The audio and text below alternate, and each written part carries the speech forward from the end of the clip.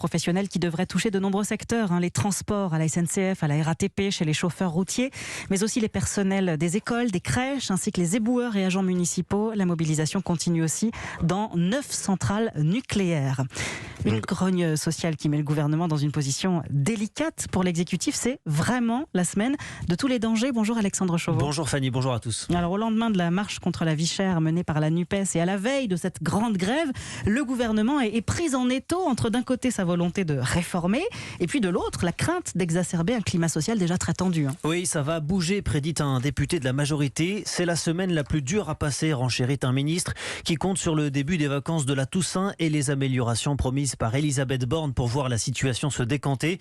L'exécutif plutôt satisfait de la mobilisation assez moyenne hier lors de la marche contre la vie chère, mais qui surveille de très près l'ampleur du mouvement de grève demain.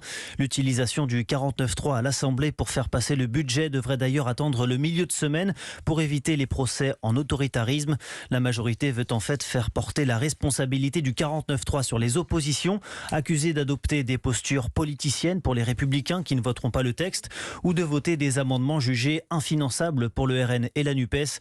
Gabriel Attal dit en tout cas vouloir l'utiliser le plus tard possible, position que certains députés jugent inutile au regard des points de vue connus des différents groupes, mais qui est néanmoins partagée par d'autres élus de la majorité. À nous de montrer que les choses peuvent se régler à l'Assemblée et pas dans la rue, résume un membre de l'aile gauche de la Macronie. Alexandre